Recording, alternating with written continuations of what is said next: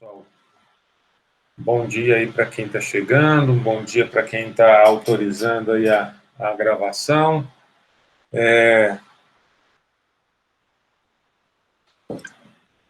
A aula de hoje ela dá continuidade àquela sequência de conteúdos que a gente teve de geometria plana, e a gente entra agora também, né, continua num processo de revisão do desenho geométrico propriamente dito, né? Então, a gente vai ver algumas construções fundamentais, e eu estou terminando de gravar os vídeos que mostram essas construções. Então, além dessa aula, eu acho até que ela vai ser mais rápida que as demais. Além dessa aula, a gente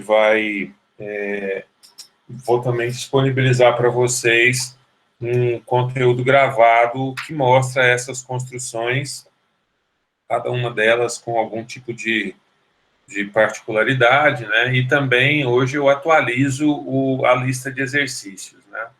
A gente vai fazer isso de uma maneira bastante tranquila, fazendo os exercícios.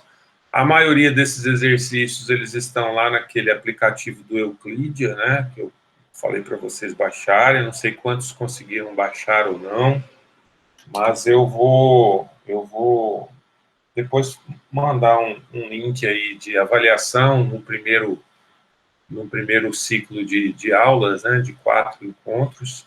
A gente hoje alcança um quarto, né, da proposta de aulas remotas, mas mais de um quarto, mais de 25% do curso, né? Então, a gente vai fazer assim algumas alterações. Um detalhe que eu queria dizer para vocês é que eu alterei lá o cronograma, porque eu fiz uma conta errada, não sei qual foi exatamente, mas tinha suprimido uma aula. Então, nossa aula termina mesmo ao som do Natal, aí, dia 21 de dezembro, tá?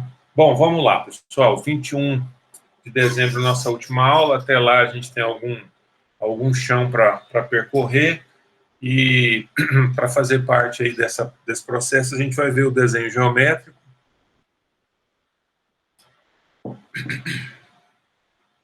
E vamos lá, então. Peraí, deixa eu mudar aqui de tela. Bom, uma das coisas importantes que a gente vai ver é um conceito chamado lugar geométrico. O lugar geométrico, ele é uma definição, ele é um conceito que é aplicado para algumas definições da geometria plana do desenho geométrico. Então, a definição de lugar geométrico é um conjunto de infinitos pontos em um plano que gozam de uma mesma propriedade, que participam de uma mesma propriedade, que têm uma mesma propriedade. Então, quando a gente falar assim, mediatriz é o lugar geométrico dos pontos que equidistam de dois pontos do plano, já está implícito que é um conjunto de pontos, né? É um conjunto infinito de pontos que tem a mesma propriedade. No caso da mediatriz, qual é essa propriedade? É ser equidistante de dois pontos fixos no plano, tá? Então, esse conceito ele é muito, muito importante. Então, o conceito de lugar geométrico ele é muito importante. Não tem muito o que entender, tem que associar o nome a essa definição. Ou seja, lugar geométrico é um conjunto de infinitos pontos que têm uma mesma característica, que gozam de uma mesma propriedade, que possuem uma mesma propriedade. Então, existem vários lugares geométricos, mas a gente vai estudar alguns deles. Vamos estudar aqueles que são considerados os mais importantes, e na nossa disciplina a gente vai abordar 5 deles: a circunferência, a mediatriz, a bissetriz, a paralela, ou o par de paralelas, e o arco capaz, ou o par de arcos capazes, tá? Então, o lugar geométrico é um conjunto de pontos que tem essas, né, características em comum, que participam de características em comum, e que a gente vai estudar 5 deles, tá? 5 desses lugares geométricos. 4 deles têm a ver com equidistância, ou seja, a mesma distância, tá? E um deles, ele tem como característica enxergar um determinado segmento segundo um ângulo dado. A gente vai ver isso com maior propriedade quando a gente for estudar, ou quando a gente for ver o arco capaz. Então, circunferência, mediatriz, bissetriz e paralela tem a ver com equidistância, com mesma distância, tá? E arco capaz tem a ver com relação de formação de ângulo com um segmento. A gente está falando em enxergar, mas para deixar isso um pouco mais palatável, né? Mas é a formação de ângulo com o mesmo valor, né? Uma equivalência de formação, uma equivalência de ângulo num segmento de arco, né? Num arco que é capaz de enxergar um determinado segmento segundo o ângulo dado. Então, a gente revisa aqui a própria circunferência segundo o conceito de arco capaz. Então, a circunferência, segundo o conceito de lugar geométrico. Então, a circunferência é o lugar geométrico dos pontos equidistantes de um ponto dado. Ou seja, a circunferência é um conjunto de pontos onde todos os pontos, e somente esses pontos, serão equidistantes de um ponto dado. Aí a gente está falando sempre do plano, tá? Então, a gente está sempre falando do plano, tá? E não do espaço. Se for do espaço, a figura geométrica seria outra, né? Então, não seria a circunferência, seria uma outra figura geométrica. Vocês arriscariam dizer qual seria essa, se a gente não estivesse falando do plano e sim do espaço? Alguém arriscaria dizer?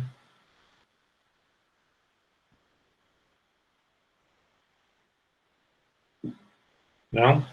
Que silêncio. Seria a esfera, né? Então, vamos lá. Tá aí o centro, o ponto dado, e aí você tem um conjunto de pontos, né, que teriam a mesma distância em relação ao ponto dado, que é o considerado o centro da nossa circunferência. Se você pensar que é um conjunto infinito de pontos, o que você vai ter é uma circunferência. Bom, então essa é a definição de circunferência como lugar geométrico. E ela vai ser a base, a circunferência vai ser a base de todos os outros lugares geométricos que a gente vai ver a partir de agora, tá? Então, a mediatriz é o lugar geométrico dos pontos equidistantes de dois pontos dados no plano, tá? Então, da mesma forma, você tem o ponto A e o ponto B, e você tem um ponto P que é equidistante de... Desculpa, travou aqui. Você tem um ponto P e um ponto P que é equidistante de A e de B. Um outro ponto, que é o ponto 1, que é equidistante também de A e de B. Tá? A mesma distância. Né? Então, um conjunto de pontos que guardam a mesma distância é uma reta, é um segmento de reta, né, que é equidistante de A e de B. A construção da mediatriz ela é muito simples. Bom, a construção da circunferência nem se fala. Basta pegar o compasso, centro do compasso em um determinado ponto, abertura pré-definida ou uma abertura qualquer, traça essa circunferência e você tem o lugar geométrico, você tem o traçado da circunferência. Já o traçado da mediatriz, a construção dela ela vai se dar através de duas circunferências. Porque nós estamos falando de um lugar geométrico dos pontos equidistantes de dois pontos. Então, é muito simples também, né? Então, você traça um arco com o centro A e uma abertura generosa, uma abertura que tem que ser maior que a metade, né? Pelo menos maior que a metade. Não traça muito perto do ponto A, não, porque senão você vai ter um problema aqui de construção. Da mesma forma, você vai traçar lá no ponto B um outro arco, né, com a mesma abertura. A mesma abertura. Você, com esses dois arcos, determina dois pontos.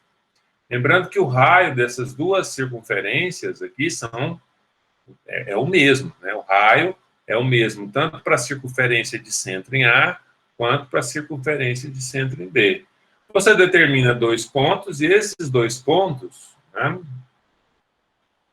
o ponto 1 e o ponto 2, obrigatoriamente terão que ter a mesma distância em relação a A e em relação a B. Obrigatoriamente, não tem jeito de não ser. E a reta que liga esses 2 pontos, ou o segmento de reta que liga esses 2 pontos, é a nossa mediatriz. Tá? A mediatriz, ela é perpendicular ao segmento que deu origem a ela. Tá? Então, isso é básico também para a gente e super importante. Tá? Super importante. O traçado de uma perpendicular, ele pode ser dado pela mediatriz de 2 pontos, né, num segmento de reta. Então, a mediatriz vai ser sempre perpendicular ao segmento que lhe deu origem. Tá? A paralela é o lugar geométrico dos pontos equidistantes de uma reta dada. A paralela é também muito simples. Né? Então, você tem a reta x e um ponto dado. A primeira pergunta, qual é a distância de um ponto em relação a um segmento? Qual que é a distância? Né? Isso aqui seria a distância deste ponto em relação ao segmento? Ou essa aqui seria uma distância em relação do ponto ao segmento? Ou esse segmento de reta também seria a distância? O que a gente chama de distância? A distância é sempre a menor distância, o menor segmento. Né? Então, invariavelmente, né, por isso que a gente procura atravessar a rua, se você não tem esse hábito, é bom que você tenha, atravessar a rua na perpendicular, que é a menor distância. Porque se você atravessa, principalmente em Goiânia, né, que é um trânsito super civilizado, de motoristas muito educados, que estão sempre andando no limite, né, ou abaixo do limite de velocidade, enfim, né?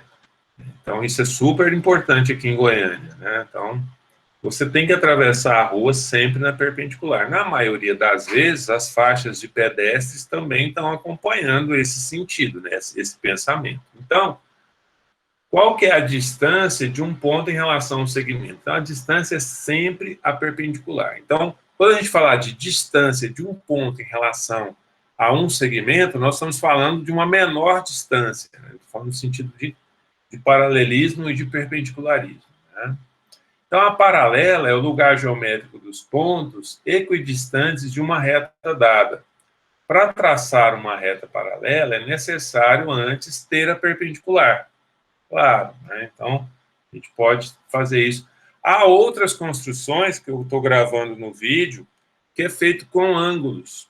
Ângulos complementares, ângulos alternos internos. Eu vou falar isso para vocês um pouco nos vídeos das construções fundamentais, e aí vocês não vão ter muita dúvida, não.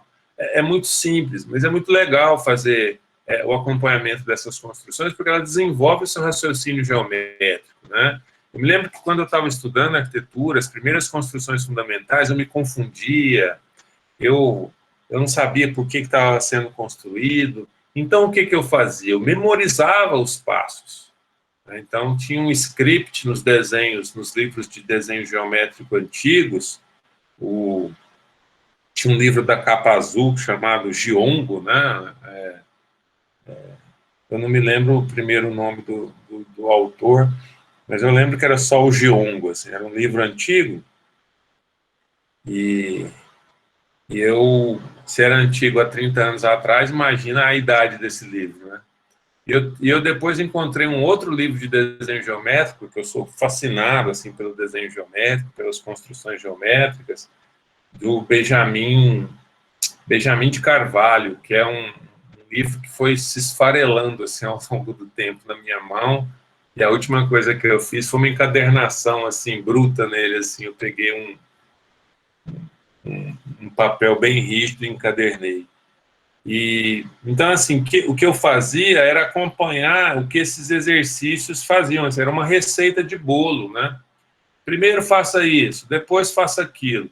Mas é muito importante que você entenda o que você está fazendo. Então, eu vou apresentar um número menor de exercícios para vocês, e vou insistir no Euclídea para que vocês façam lá, né, as fases, porque se tem uma coisa bacana lá no Euclídea é que ele vai insistir no raciocínio geométrico.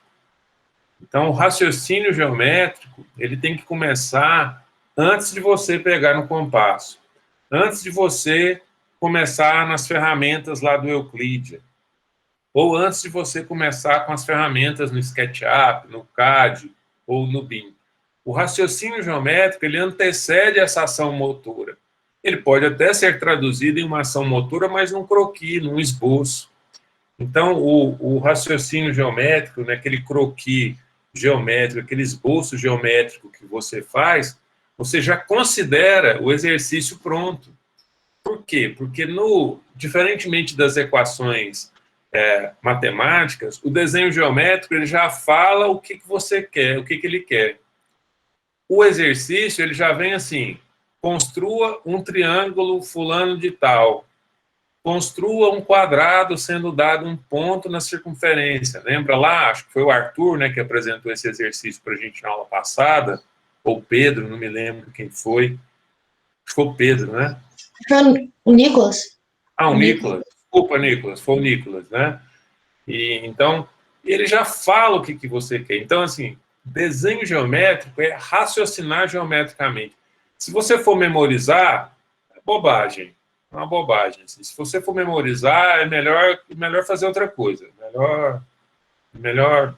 Se você está acreditando piamente que a única maneira de aprender desenho geométrico é memorizando, então é melhor você dar um tempo, né, fazer a disciplina num outro momento, do que ir para esse caminho da ignorância, né, digamos assim.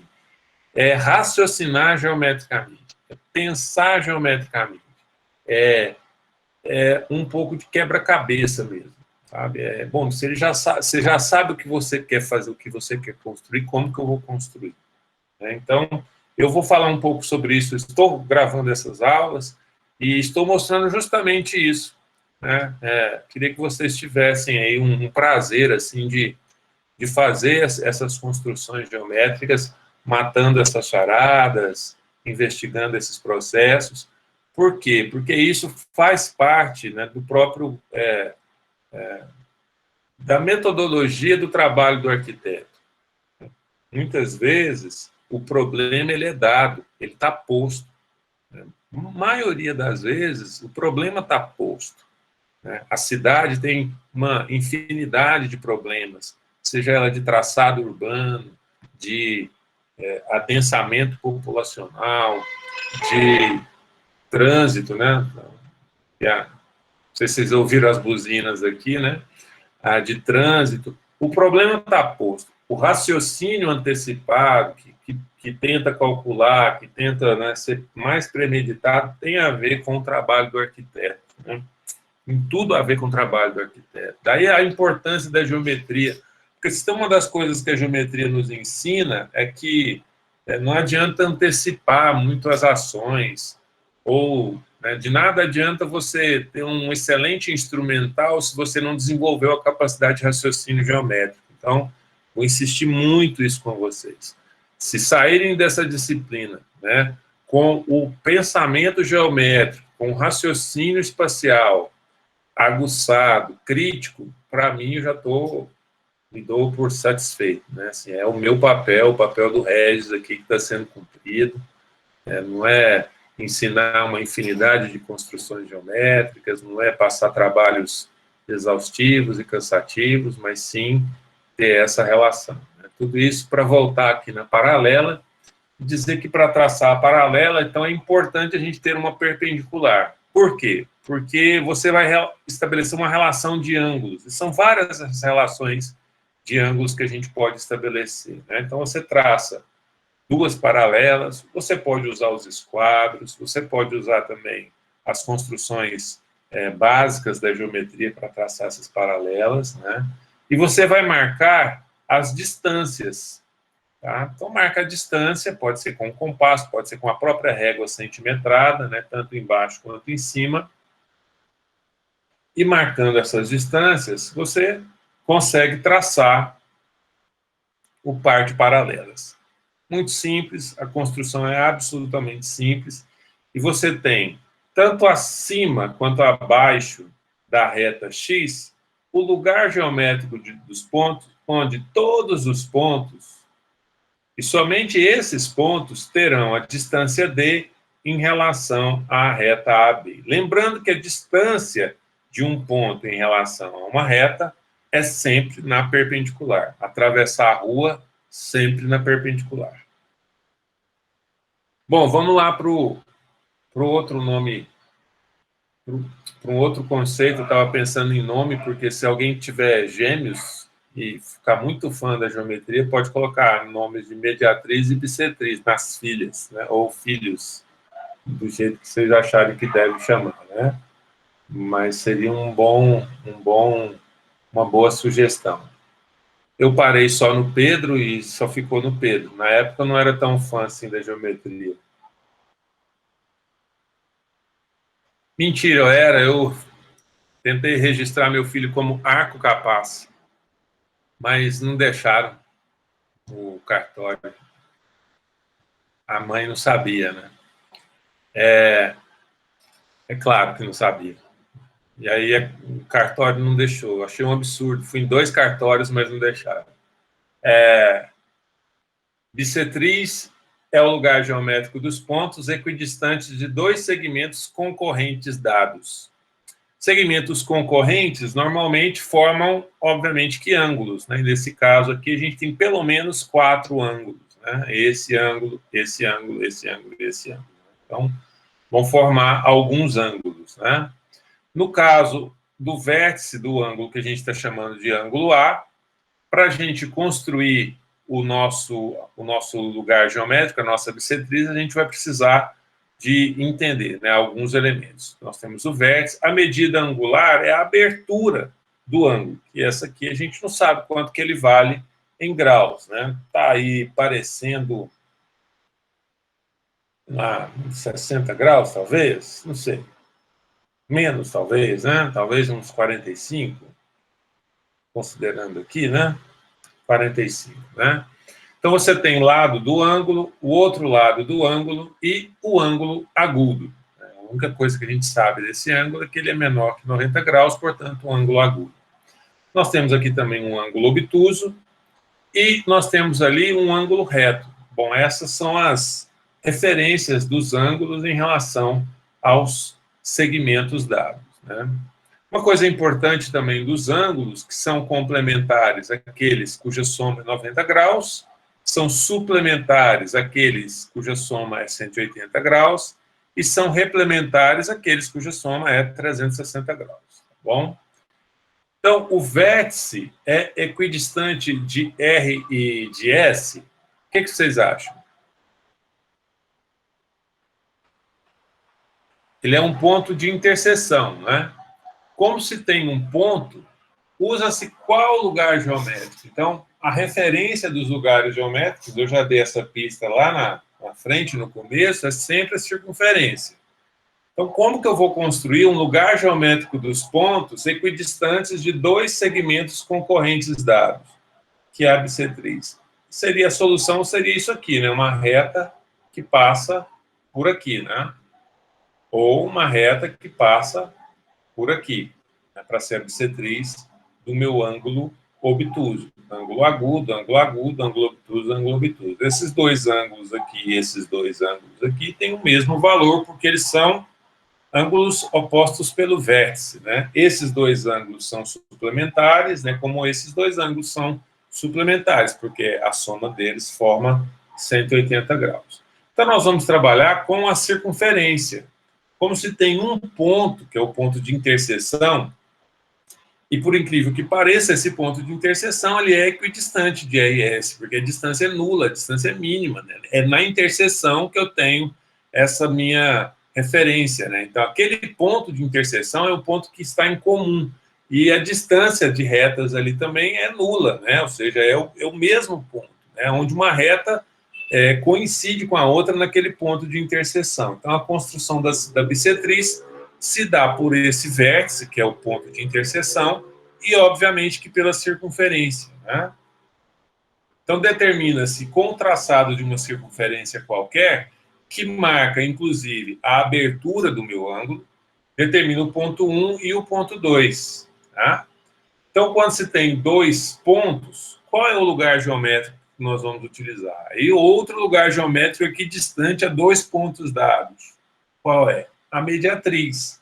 A mediatriz, então, passa a ser a nossa próxima construção, que, no fim, é tudo uma circunferência, porque o que eu quero achar é um ponto que é equidistante a 1 e a 2, que, por sua vez, é equidistante ao meu vértice, ao ponto de interseção. Então, eu tenho aqui um ponto 3, que ligando o ponto 3 ao ponto de interseção, que é chamado de vértice, eu tenho a nossa bissetriz, que é o lugar geométrico dos pontos equidistantes de dois segmentos. Ou seja, se eu pegar um ponto aqui,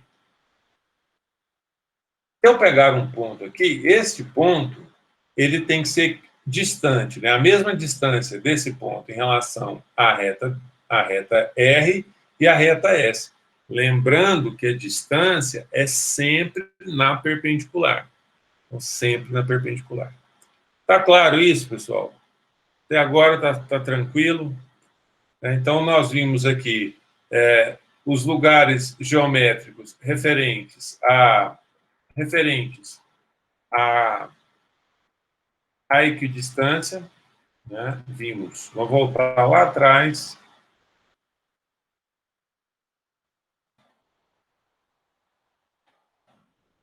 Vimos aqui a circunferência, vimos a mediatriz, vimos a bissetriz e vimos a paralela. Vamos revisar isso aqui, a construção disso geometricamente, para que vocês tenham possibilidade de fazê-lo. Mas todos esses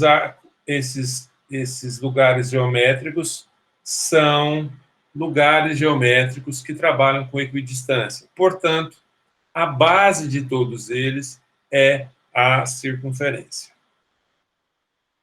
Bom, então, vamos lá.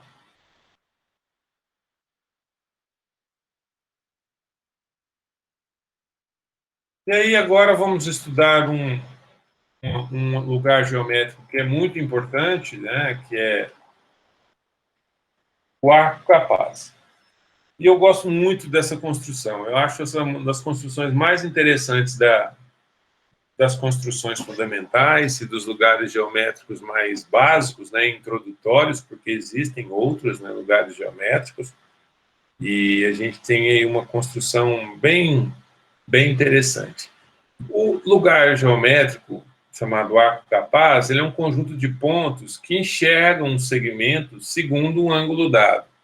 Na verdade, esse termo ele é utilizado para que a gente tenha como referência de que todos os pontos deste arco vão formar esse ângulo beta com o segmento dado. Todos os pontos e somente eles. Bom, a gente sabe que esse ângulo aqui, que está num arco, é chamado de ângulo o quê? Ângulo inscrito, não é isso? Então, essa é uma primeira coisa que vocês têm que lembrar. A relação de ângulo inscrito com a relação de ângulo central, também ela é muito importante, tá bom? Então, uma das coisas que é importante para a gente saber que é o seguinte, quando a gente quer traçar um arco capaz, qual que é o problema do arco capaz? Ele, na verdade, ele quer que você encontre um conjunto de pontos que formam um determinado ângulo com aquele segmento, ou que enxergam aquele segmento segundo o ângulo. Então, são dois problemas que a gente precisa para fazer o arco capaz. O primeiro problema é, o maior deles, é definir onde é que está o centro do arco, né? E o segundo é definir o raio do arco, certo? Então, vamos observar isso aqui, ó. Este aqui é o arco capaz. Então, a primeira coisa é saber onde é que está o centro desse arco. E aonde, ou qual é o raio do arco. São as duas coisas que eu preciso saber, né? É o centro e o raio. Vejamos aqui como que a gente determina o centro de uma circunferência dada. Uma circunferência qualquer. Então, eu traço uma corda e determino, então, uma mediatriz da corda. Por que eu estou fazendo isso? Porque eu sei que o centro tem que ser equidistante a A e a B. Por que eu sei isso? Porque A e B fazem parte da circunferência. Concordam comigo, gente? Tranquilo até aí? Como é que eu determino, então, o centro? Pego uma outra corda, né? Vou traçar uma outra corda e uma outra mediatriz. Então, marco 3 pontos na minha circunferência e traço 2 mediatrizes. O encontro dessas 2 mediatrizes, obrigatoriamente, tem que ser o meu centro. Não tem jeito. Não tem jeito. Certo? Então, por que não precisa decorar o desenho geométrico? Porque eu sei que o meu centro, o centro de uma circunferência, vai estar aonde? Na equidistância dos meus pontos, né? Dos meus pontos lá na minha circunferência. Se eu tenho a circunferência, eu marco 2 pontos aleatórios, 2 pontos quaisquer. Foi isso que a gente fez. Marquei uma corda. Tracei uma mediatriz, eu tenho absoluta certeza, eu posso garantir, apostar a minha mão direita, ou a esquerda, para quem for canhoto, né? De que o centro não tem outro lugar de start que não seja aí na minha mediatriz. Faço a mesma coisa com uma outra corda. E não tem como ser diferente. Não tem como ser diferente. Né? E aí o meu centro só pode estar aí. Então, o que acontece com os exercícios de arco capaz? O que é dado como informação é o segmento, que é quem? A corda. Vamos lembrar disso lá no arco capaz, aqui na figura primeira, ó. Olha o arco capaz aqui, né? O arco capaz de enxergar esse segmento segundo o ângulo dado. Quem é dado? A corda. A corda é o segmento dado. Então, vamos voltar lá. A corda é o segmento dado. Né? A corda é o segmento que é informado. Bom, tá aí. Então, a corda é o segmento, ou o segmento dado, é a corda do arco capaz que a gente quer encontrar. Bom, vamos lá. Então, a primeira coisa que a gente precisa encontrar é o centro desse arco. E aí eu sei que ele vai ser equidistante a esse segmento. Não tem jeito de não ser. Então, logo o primeiro passo para encontrar o centro é traçar a mediatriz do segmento dado. Bom, tá aí o segmento dado, é a mediatriz, eu sei que está aqui. Só que eu não tenho um terceiro ponto. Eu sei que o centro está nesta reta, né, naquela reta que a gente está enxergando aqui, que é essa reta de vermelho, que é a minha mediatriz. Mas eu não tenho outros elementos. Mas só a mediatriz não basta. Eu vou chutar um raio? Não. Por quê? Porque o arco capaz, ele é uma construção de um ângulo dado. Ele te dá o segmento e te dá o ângulo. Bom, eu quero um arco capaz de enxergar o segmento AB segundo um ângulo fulano de tal. Um ângulo de 30, um ângulo de 50, um ângulo de 80, enfim. Tá? Então, não adianta, né? Por isso que a gente vai usar o ângulo dado. Então, vamos lá. O ângulo dado, né? Então, é uma coisa importante. O ângulo que é dado é o ângulo inscrito. E aí, volta lá naquela base da geometria plana. Que o ângulo inscrito vale a metade do ângulo central. Ou o ângulo central é 2 vezes o valor do ângulo inscrito. Estão lembrados disso? Né? A gente viu na aula passada, e aí é uma só revisão, né? Porque ângulo central e ângulo inscrito, eu espero aí, né? E rezo para Nossa Senhora da Geometria Plana, desenho geométrico, para que vocês tenham visto isso no ensino fundamental e no ensino médio. Viram, né? Não sabiam para que servia? Serve para construir o arco capaz. Então, olha só, para usar o ângulo dado, vamos recorrer a um raciocínio geométrico. A importância do raciocínio geométrico para a gente aqui, ó. Então, o que ele deu foi o ângulo inscrito. Para a gente encontrar o que a gente quer, é esse ponto aqui. Vocês concordam comigo? Que é o centro da circunferência, que é o vértice do meu ângulo central. Bom, agora vamos pensar, isola tudo aí na cabeça de vocês e vamos pensar nesse triângulo aqui, ó. Esse triângulo aqui. Que triângulo é esse aqui, gente? Alguém escreva para mim aí no chat, por favor, para eu não ficar falando para as paredes. Que triângulo é esse aqui? Que tipo de triângulo é esse que vocês estão vendo aqui?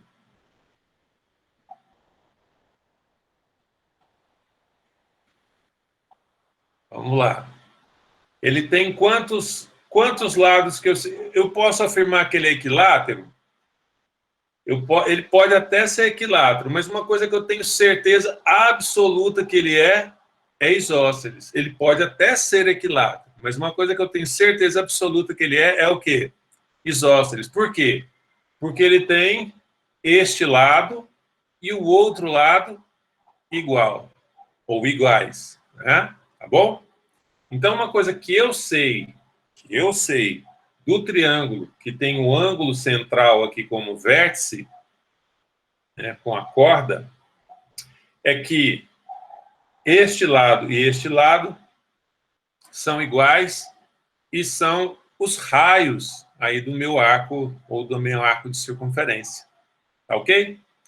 Bom, então, o que pressupõe esse meu triângulo isósceles, né? O que pressupõe o meu triângulo isósceles? Né? Que esse ângulo da base, o ângulo alfa, é o ângulo que eu preciso para construir o meu arco capaz.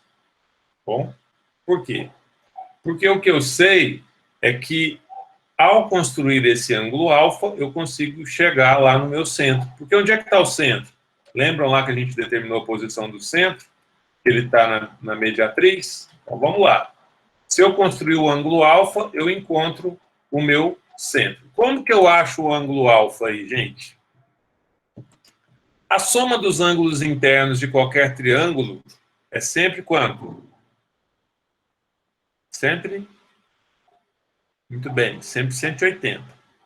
Todo mundo sabe, né? É sempre 180. Aqui eu tenho que 2 alfa mais... Aqui ficou ruim, né? 2 alfa. Alfa mais 2 beta, né? Que é o valor de beta mais beta aqui, né? Vai ser igual a 180. A soma dos ângulos internos desse triângulo aqui vai ser igual a 180. Se esse ângulo aqui, vamos supor que ele seja 15 graus, quanto que vale aqui, gente? 30, não é isso? 30. 180 menos 30 vale quanto? 150. 150 é a soma de alfa mais o outro alfa, tá? Que vai ser igual a 75 graus, tá? Só para numerar aqui, para antecipar até a explicação, né? Então, se eu quero que o raciocínio é um raciocínio diferente daquele que eu falei, né? Se eu quero traçar o arco capaz que enxerga um segmento AB segundo um ângulo de 30, então o que eu quero é um ângulo inscrito de 30, tá bom? Então, o que eu faço é a mediatriz, porque eu sei que o centro está aqui. Depois, eu tenho aquele raciocínio geométrico lá.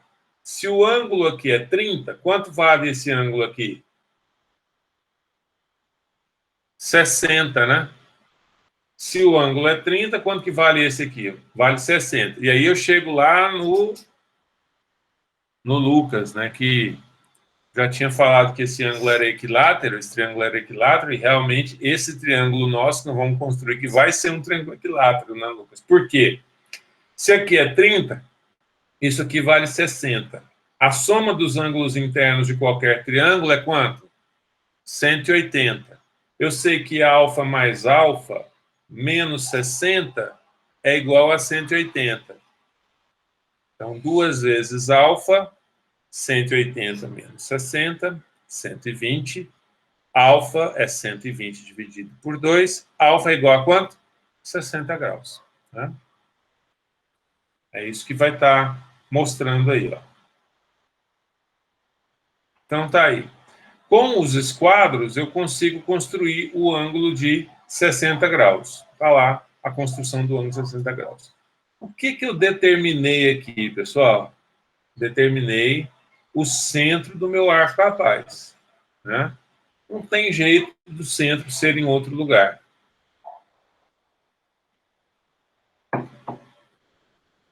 Ok?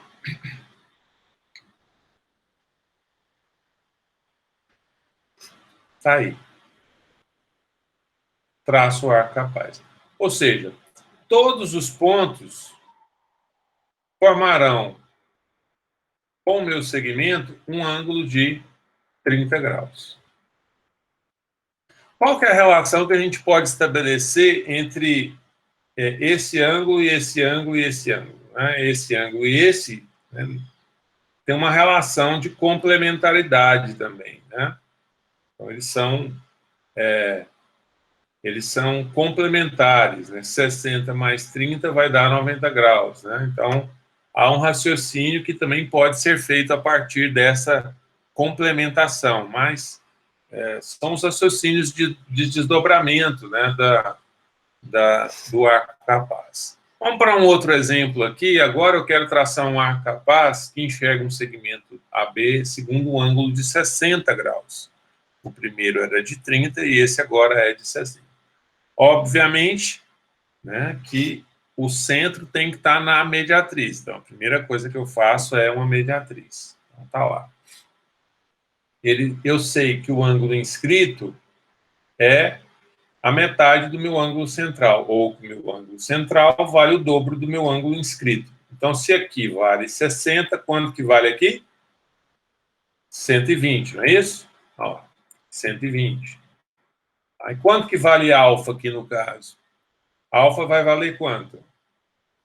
120 menos 180, 60, né? 2 vezes alfa, que é alfa mais alfa, porque esse triângulo aqui é um triângulo isósceles, eu tenho um ângulo de 30 graus. Por isso que eu sei que o ângulo é 30 graus. Né? Tá clara essa relação aí, gente? Então, da mesma forma, construo lá com os esquadros, poderia ter construído também com um compasso, não tem problema nenhum, né? Posso fazer com compasso, tenho 30 graus. Então, determino o centro do meu arco capaz e tenho aí o arco capaz de 60 graus.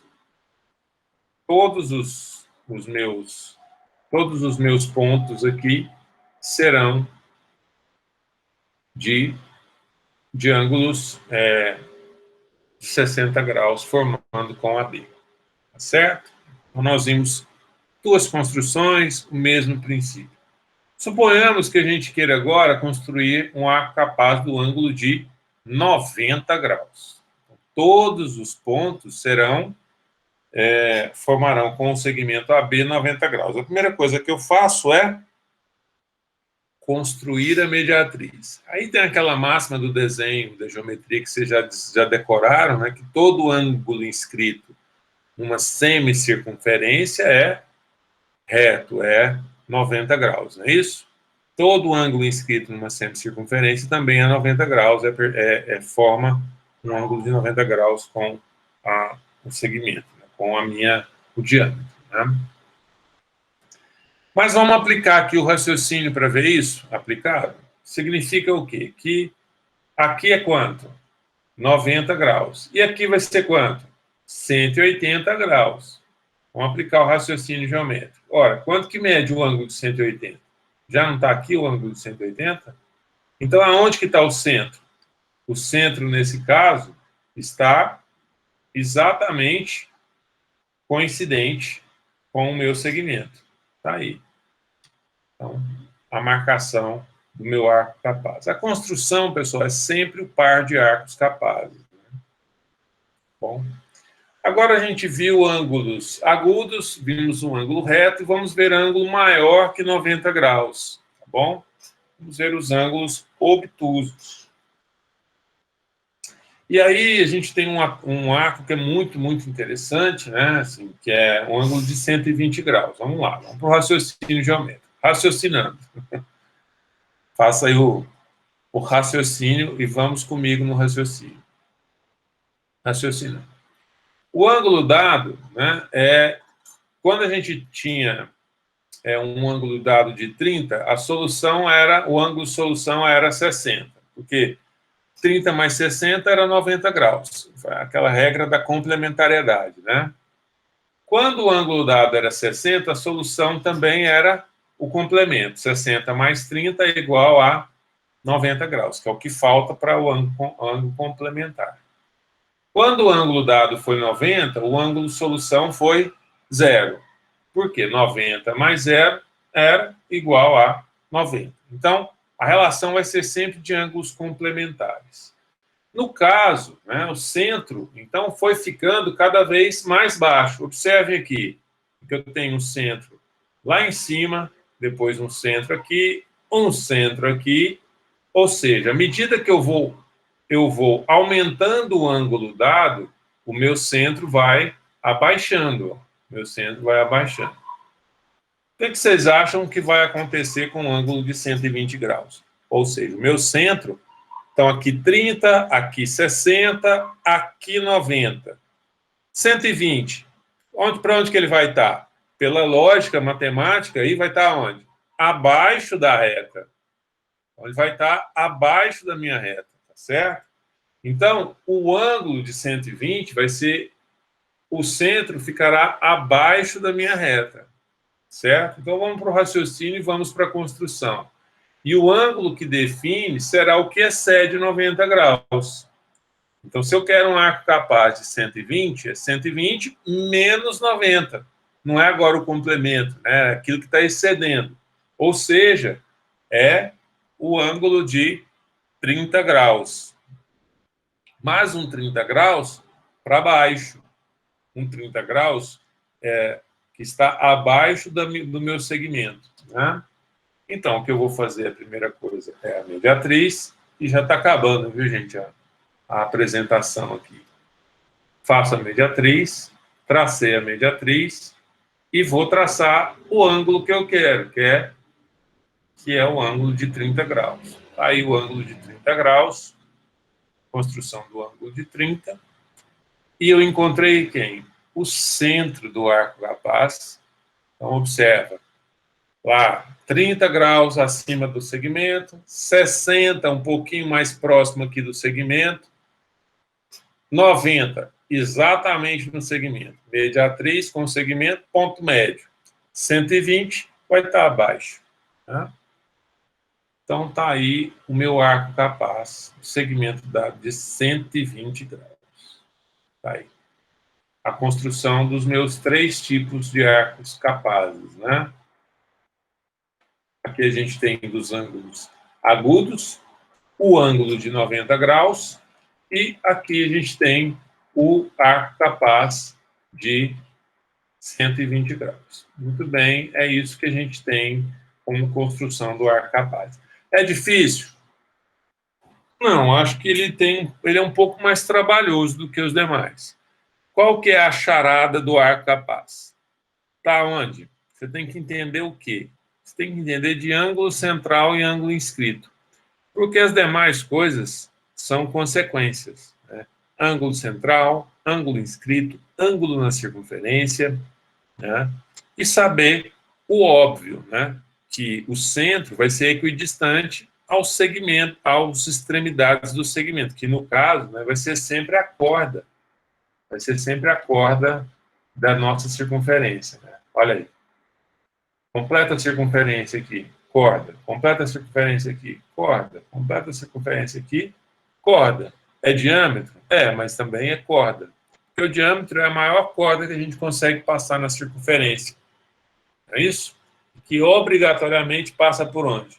Passa pelo centro. Muito bem.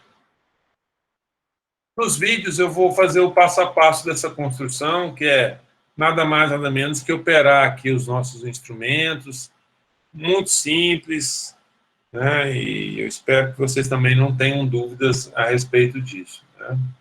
Como exercício para casa, né? Assim, né? Vocês desenvolverem em casa, eu pediria para que vocês fizessem, né, esses desenhos, né, essas construções que a gente viu hoje, e ancorado, obviamente, por aquilo que eu vou publicar. Então, vocês podem daqui a pouco fazer. Eu queria mostrar para vocês uma aplicação, né, aqui, as configurações possíveis, né? Arco capaz é o conjunto de pontos que enxergam um segmento segundo um ângulo dado. As configurações possíveis são essas, né, do arco capaz. E veja bem, a gente tem aí dos ângulos agudos, ângulo reto, ângulo obtuso, são pelo menos 3 desenhos e são sempre o par de arco capazes, né? Eu queria mostrar para vocês a aplicação do arco capaz num objeto de arquitetura, né? Então, que é muito, muito interessante. Isso que vocês vão ver é trabalho de dois arquitetos goianos, né? Goianos não, são dois arquitetos mineiros que radicaram, um é goiano, o outro é mineiro. Agora não sei se o Eduardo Simões é mineiro ou capixaba, né? E é fruto, e essas fotos aqui que vocês vão ver, elas são fotos de um edifício que faz parte da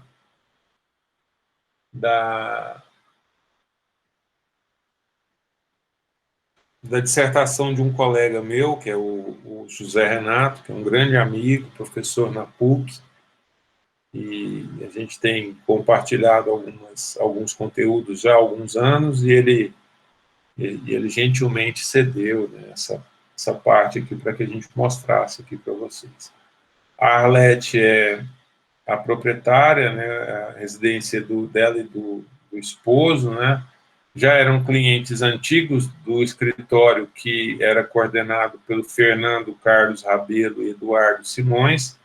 Fernando Carlos Rabelo é pai do Frederico Rabelo, né, que é também nosso professor aqui na UFG, é professor na PUC. E eles fizeram, né, o primeiro projeto que foi feito para a família foi o Pequeno Príncipe, né, que é essa escola infantil. Então, há uma ideia, né, que era para ser feita na casa. A casa tem toda uma poética que eu queria mostrar para vocês também, né, para não ser só uma aplicação geométrica, né, mas que também seja uma lição aqui de arquitetura, de uma arquitetura possível de ser construída, né, que para a gente faça as relações aí com os conteúdos.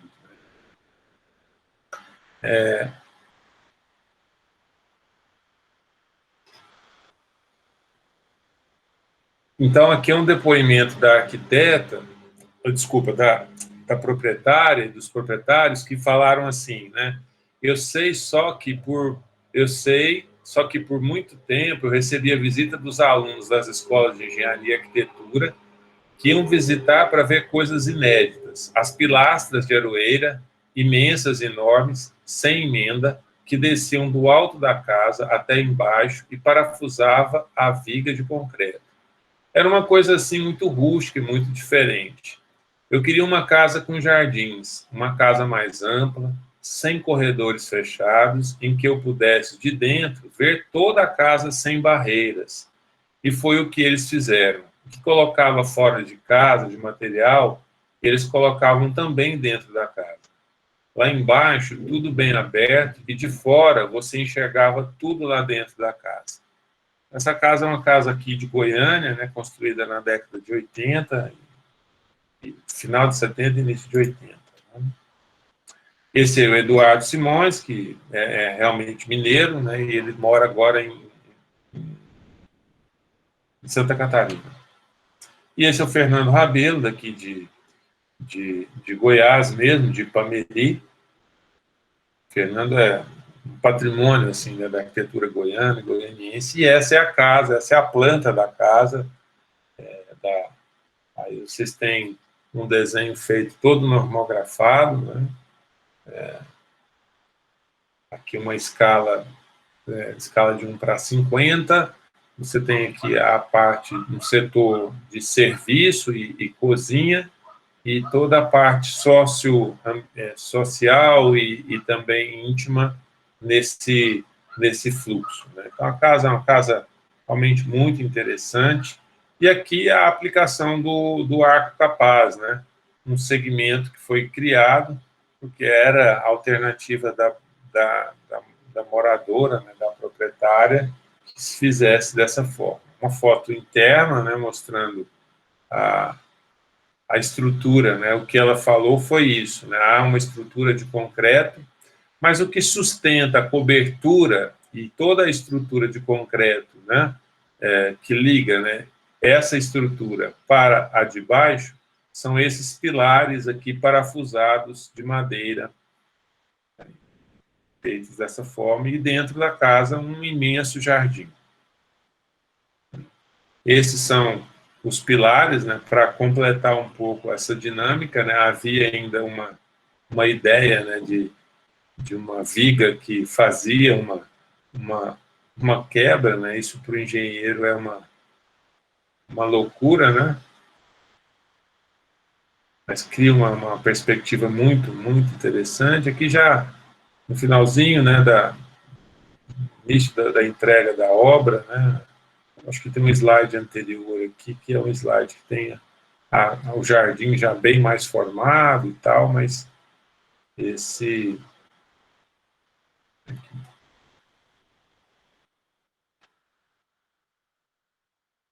O exterior da casa, e essa casa tem uma peculiaridade no telhado, né, que ela é toda peculiar, né, um telhado ainda mais interessante, é um telhado que é uma superfície com dupla curvatura, né, uma superfície reversa, né, se a construção do telhado lembra o casco de um navio, né, esse é o detalhe da construção do telhado.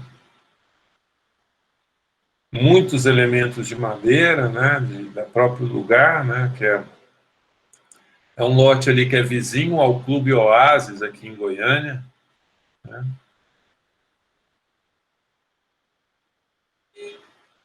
E aí alguns elementos, né, assim, o aconchego aí da casa, né, todo o processo que eles utilizaram para construir, né, a casa. Há um grande varanda, uma varanda embaixo, né, o detalhe de um portão. Essa casa guarda algumas lendas aqui de Goiânia, né, porque quando você passa pela rua, você enxerga parte do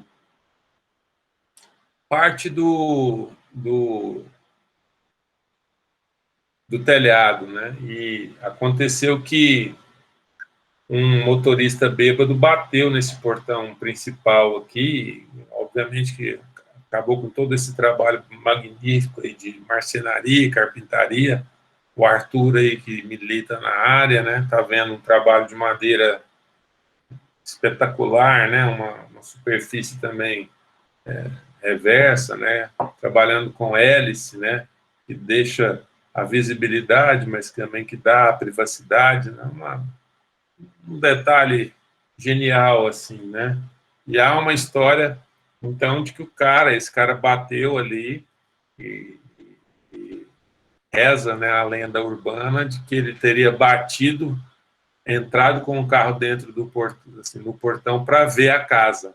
Ele queria, na verdade, era ver a casa, né? Mas eu acredito que isso é uma lenda urbana. Eu acho que o cara estava só bêbado mesmo e, infelizmente, estragou aí a, a casa toda.